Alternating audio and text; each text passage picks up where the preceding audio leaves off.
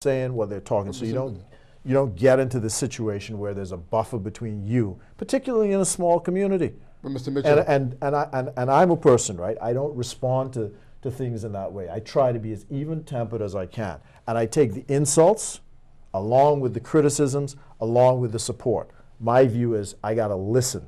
I must listen. Even to my enemies, I've got to listen. And that's what's happening now. But I will not engage in something that's going to come off as recriminations against this body or that body. The fact is, we fought the best campaign we could with the resources we had. We thought we did a good job. I'm sure there are many reasons, but I leave that to you, the pundits. But Mr. And I'll Mitchell, listen to you too. But Mr. Mitchell, part of the problem, Right. when you listen to many PLP supporters, Right. was the fact that you didn't listen. Because if you did listen, right, some of the mistakes which were made wouldn't have been made. Well, of course, hindsight is always 20/20. But you say you're listening now, but you didn't listen then? No, I'm not saying that. Because we did listen. What you're saying is that perhaps You did listen? Absolutely. And they asked you to get rid of certain MPs and you ran them again and you say you listen? No, you're leading me in a different direction now. I'm not going down that road. I'm not going down that road. The fact is, it was a party that listened to its people, and certain judgments were made, which you are now saying, in hindsight, were wrong judgments because the election turned out in a particular way. You're entitled to make that analysis and conclusion. I'm not publicly doing that. I'm not doing that. I'm saying to you, I know what the election results are. The fact is, we're not in the government, and there are certain steps we have to take to get back in the government. Okay. What do you think of the new cabinet of Mr. Ingram? Well, it's big and expensive, and you know. He said he is saving the Bahamian people $27,000 a year. Well, good for him. But I mean, I didn't really follow up on the math. But you know, it's a big cabinet, and people need to know that effectively there's no distinction between a minister of state and a minister of the government, a substantive minister, in terms of what the salary and benefits are. They're the same. It's about $5,000 or $6,000 less, I think. No, they're the same. Exactly the same. The I only thought difference is if you- $60,000 for a portfolio minister and $60,000 for one business. No, not unless you change the law, because it's $66,000 for a minister, period, plus $28,000 as a member of parliament. There's no substantive difference. What happens if you're appointed in the Senate, you get less salary because the salary of a senator is $10,000, or the honorarium is $10,000 as opposed to $28,000 for a member of parliament. So tell us your opinion of the Minister of National Security and Immigration, and then the role of the Minister of State for Immigration. How do you see that working? Well, I take it to mean that you have a substantive minister who is actually in the British cabinet. They would be the people who actually sit around the table, the substantive minister. But I thought in his practice, everybody sits around the table, both ministers of state and the substantive minister. But it's meant to be that the ultimate responsibility, I assume, is the substantive minister, and the minister of state deals with the day-to-day workings. But essentially, you know, this is a mechanism to make sure everybody had something. You know? Mr. Mitchell, you have a sizable opposition. I know you're not the leader of the opposition, but how is the opposition? Will the opposition be organized to oppose the government?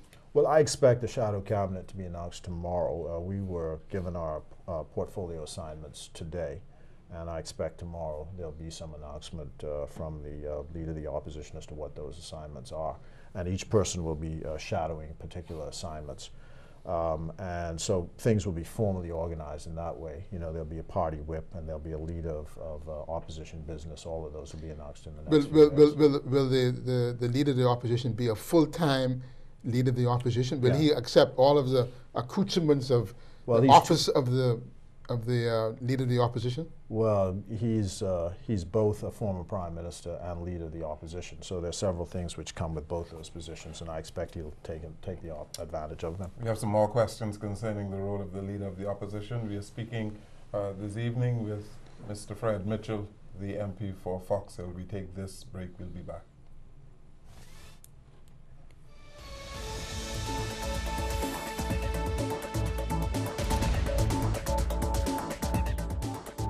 Do you want to save money on your phone bills? You can can get the Vibe Base Pack for only $19.99 with 500 minutes to the US and Canada. The Vibe UK Pack is only $34.99, or the Swiss Pack only $44.99 with 500 minutes. Try our Vibe Value Pack for only $34.99 with unlimited calls to the US and Canada. Call BGC at 225-5282, the lowest rates ever.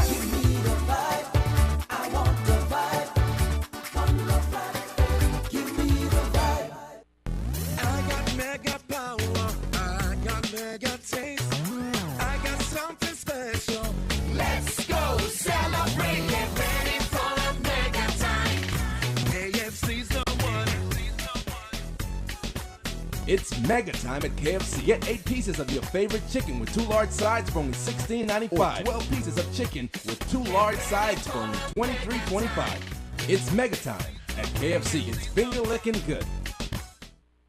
Kelso Medical Laboratory has been providing laboratory services to Bahamians for almost 40 years. Located at number 10 Collins Avenue, Kelso Medical Laboratory offers a full line of laboratory testing services. They also perform ECG cardiac testing and have a full line of vitamins and nutritional supplements. Visit them today and let their friendly staff assist you. Let Kelso Medical Laboratory at number 10 Collins Avenue be your choice for friendly and professional service. Kelso, that name says it all.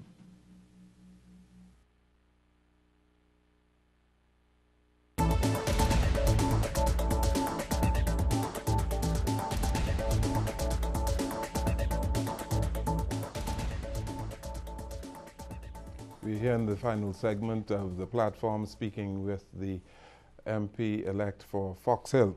Mr. Mitchell, convention has it that after an election, when a prime minister loses, he would offer his resignation rather than going straight into the role of leader of the opposition. Was this a case where Mr. Christie should have offered his resignation? Which convention and which country? Because that's not the conventions here, as we've experienced it. In Britain? If we are following the Westminster system? Well, we have leadership elections every year, and a convention comes up this year, so the question would be put, but it isn't an issue at the moment. You don't think it should have been offered? No, I wouldn't even venture into that. He's the leader of the party, and we support him as the leader of the party. And you think he should remain to take the party into the next general elections whenever they're called? Until the party decides otherwise, he's the leader of the party, and I support him. Okay. In terms of the persons who would carry the ball in the parliament, in some parties there is also a leader of opposition business in the House of Assembly. Would that happen in this case, you think? The leader of the opposition, I expect tomorrow, will be announcing who is going to lead opposition business in the House, the shadow cabinet appointments, and perhaps even those who will go in the Senate. Tell me, in this new arrangement, in this arrangement, we really have substantive shadow ministers. Mm-hmm. Do you expect to be an exchange of briefs between the minister with the portfolio and the shadow minister, so that there's a formal way of exchange of information? Well, I would hope so. I mean, that's certainly the way, when I was Minister of Foreign Affairs, that's certainly the way I operated myself. I told the opposition spokesman